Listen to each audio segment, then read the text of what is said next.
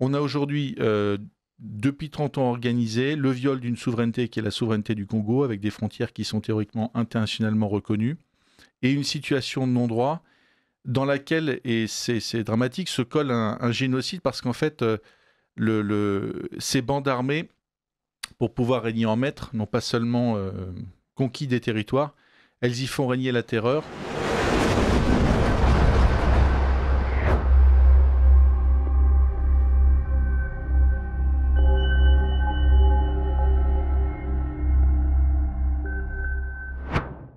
Poursuivons ce sujet en nous envolant pour le Congo avec Omerta. Nous sommes avec Charles Danjou, le président fondateur d'Omerta Média. Bonjour Charles Danjou, merci d'être avec nous. Bonjour Liselotte, bonjour à tous. Alors vous venez nous présenter le dernier numéro d'Omerta qui va apparaître à l'écran pour les auditeurs qui nous suivent sur YouTube et sur X, consacré donc au Congo.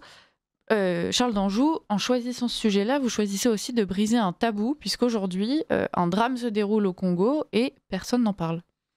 Oui, c'est un sujet qui présente un double intérêt. Le premier, effectivement, c'est que c'est le plus grand génocide du XXIe siècle, puisque selon l'ONU et diverses ONG, c'est près de 10 millions de morts en 30 ans. C'est une guerre civile et un génocide qui a démarré, je dirais, dans la foulée des événements du Rwanda de 94-95.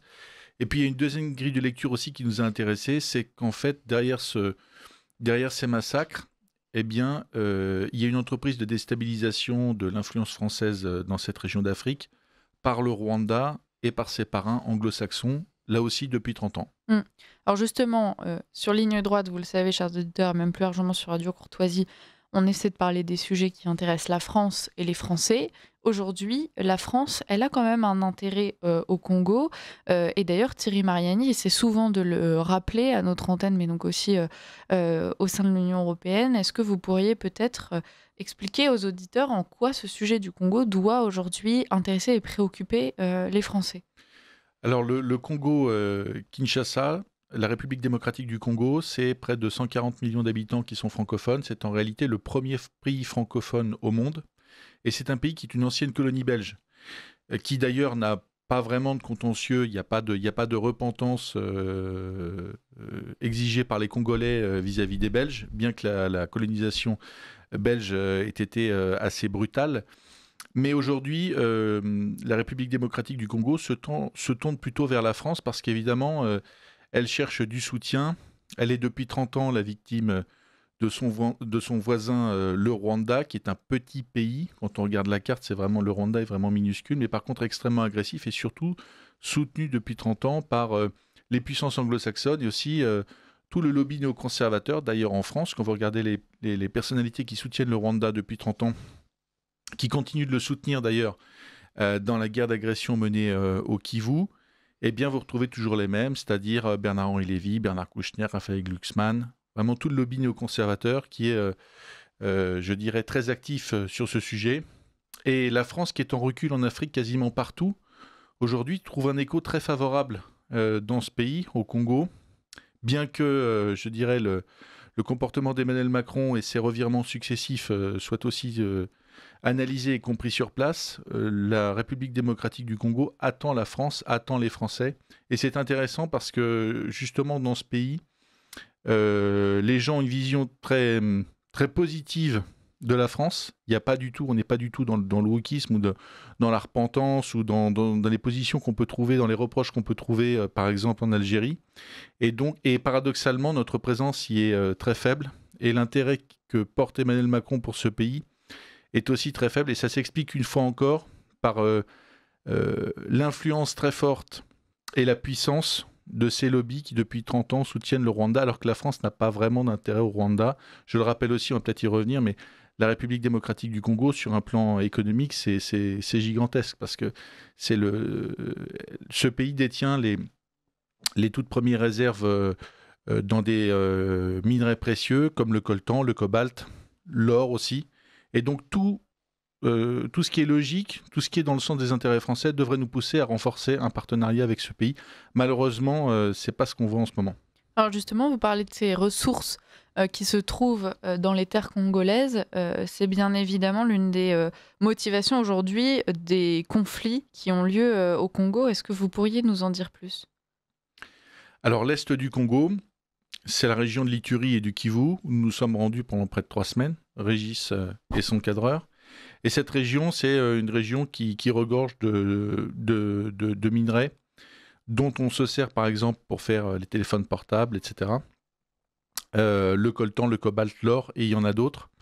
Et en fait, cette région, elle est la proie de prédateurs, de bandes armées qui sont, depuis 30 ans, armées, formées, instrumentalisées, dirigées par l'armée rwandaise.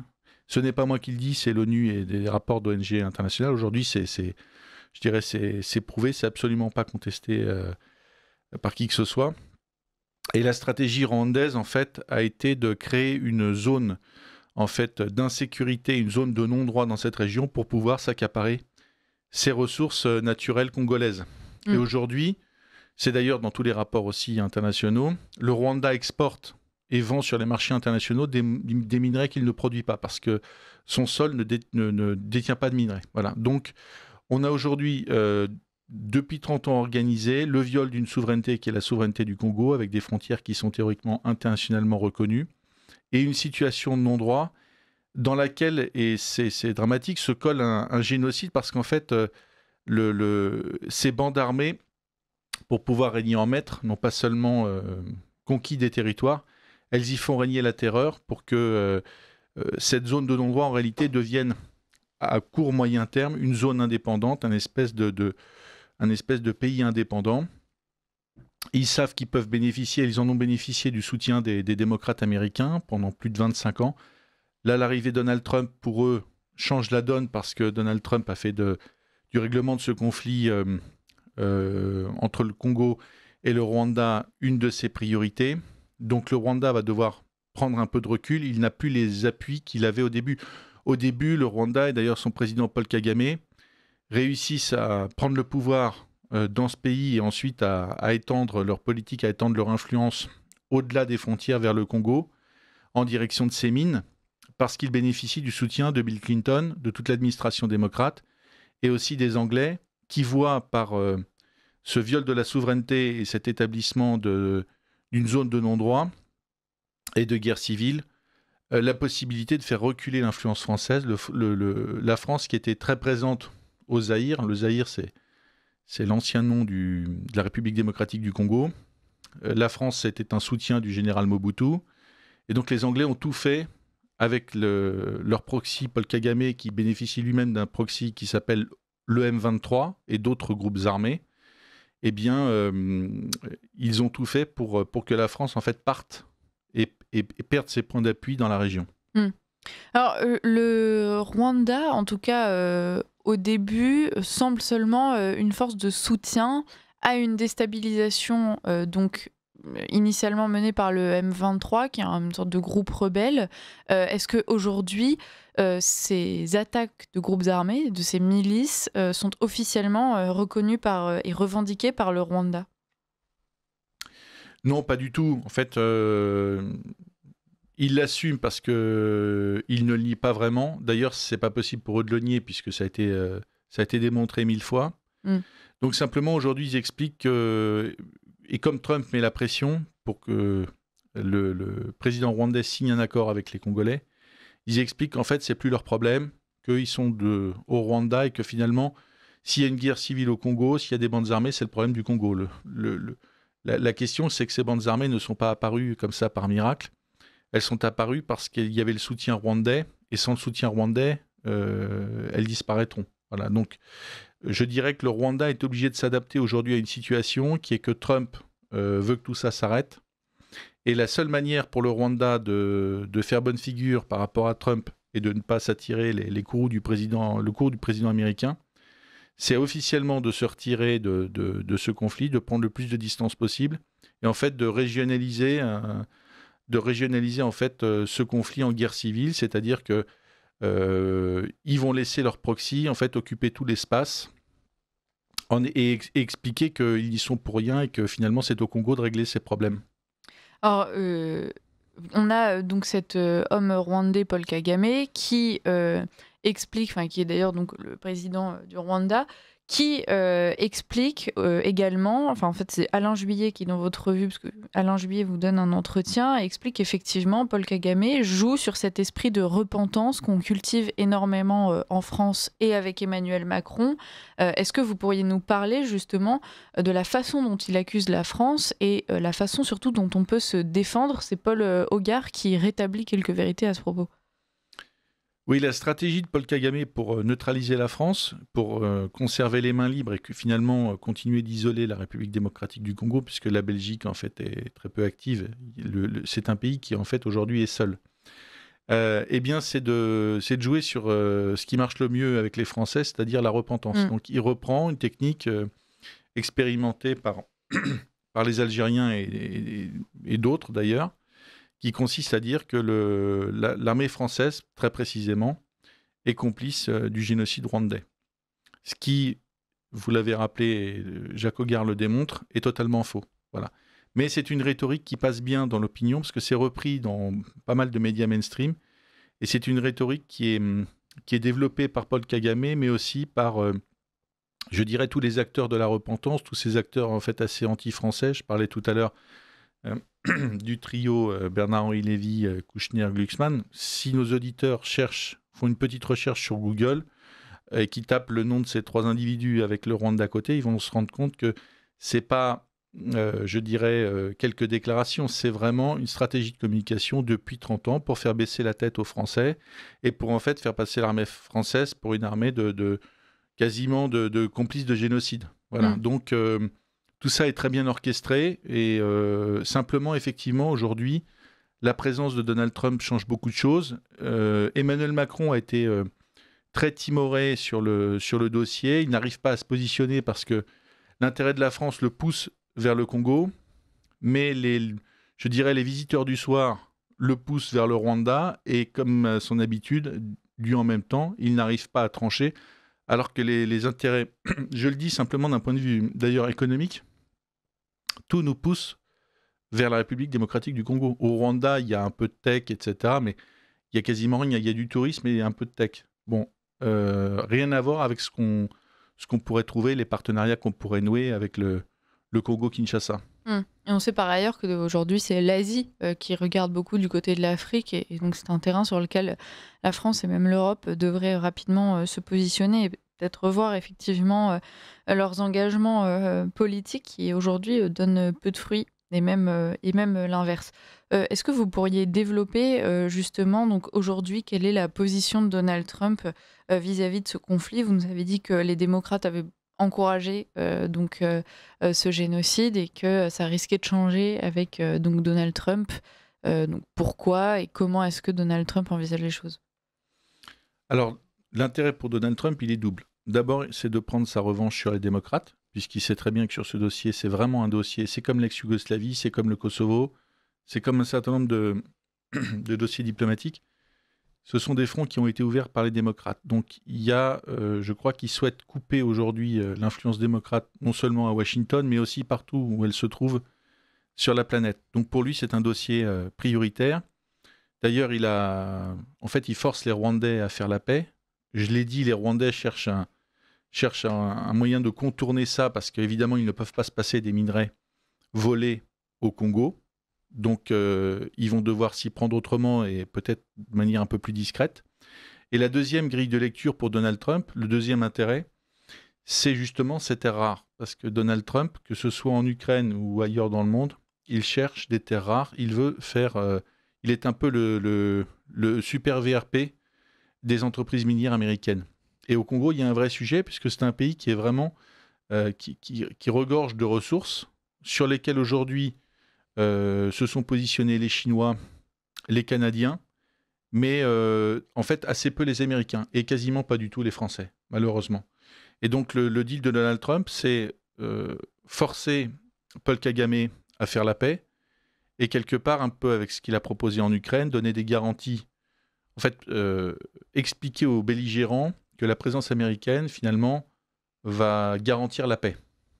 Alors, est-ce qu'on pourrait revenir sur le rôle aujourd'hui ou le non-rôle de l'Union européenne dans ce conflit, puisque vous l'avez dit, il y a des visiteurs du soir qui soufflent à Emmanuel Macron que malgré les intérêts de la France au Congo, c'est plus pratique pour le moment de fermer les yeux. Pourquoi est-ce que l'Union européenne, malgré les différents rapports qui prouvent bien qu'aujourd'hui le Congo fait face à un génocide, ne s'engage pas plus que ça sur place?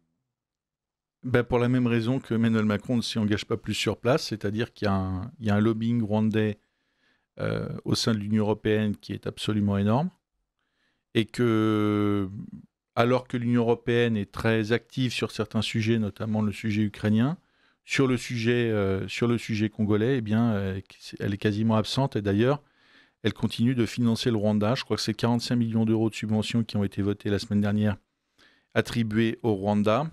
Alors que ce génocide, je dis d'ailleurs, quand on parle d'Israël-Gaza, quand on regarde ce qui se passe au Kivu, on est largement au-delà. 10 millions de morts en 30 ans, c'est... Mais c'est un conflit qui, en fait, je dirais, est sous la ligne de flottaison médiatique, qui n'est pas très médiatisé. Et d'ailleurs, c'est dans l'intérêt du Rwanda, en fait, de distiller ces informations, ces éléments de communication. On parlait de la repentance et de l'accusation systématique de l'armée française. Je dirais, étrangement, c'est très peu repris par les médias mainstream, alors que toutes les ONG internationales présentes sur place depuis 30 ans, et on peut consulter les rapports en ligne, sont catégoriques, sont affirmatives et démontrent la responsabilité rwandaise dans ces massacres. Et je dis, ce sont des massacres... c'est vraiment la situation que vivent les habitants de la région du Kivu est vraiment catastrophique. Pour les femmes, c'est des viols systématiques. Pour les enfants, je dirais personne n'est épargné. C'est du massacre à la machette, comme dans les années 90. Donc, ce sujet, pour le moment, reste dans les médias mainstream, très peu traité. Et quand il est traité, en fait, on cherche un dérivatif, on explique que ce sont des bandes armées. Ouais. Sans jamais expliquer la responsabilité derrière de l'État rwandais. C'est ça, des bandes armées qui tomberaient du ciel et qui ne viennent de nulle part. Absolument. Comment est-ce que réagit la population civile sur place? On imagine que bien sûr, donc, ils sont en souffrance, mais avec l'équipe d'Omerta, donc Régis Le Sommier, vous êtes rendu sur place. Est-ce que eux attendent une réaction de la part des pays européens? Est-ce qu'ils l'espèrent encore? Ou est-ce qu'après ces années d'inaction, ils finissent par... finalement se résoudre à être seuls pour faire face à ces attaques? Bah, bien sûr qu'ils espèrent, mais aujourd'hui, l'espoir, il est dirigé essentiellement vers Donald Trump, parce que c'est Donald Trump finalement qui s'est saisi du problème et qui tord le bras un peu de Paul Kagame pour je dirais, en rendant public le sujet et finalement en l'obligeant à venir s'asseoir quasiment à Washington pour signer l'accord. Et le deuxième pays, c'est la France, parce que, je le redis, c'est un pays francophone. C'est un pays qui n'a pas de compte à régler avec la France. Et c'est un pays qui sait que quand les Français le décident, ils peuvent être un partenaire fiable et efficace. Il faut rappeler le saut des légionnaires du 2e REP en 1978 à Colvézi pour libérer des expatriés belges et français pris en otage par des rebelles au Katanga. Et ça, les Congolais s'en souviennent.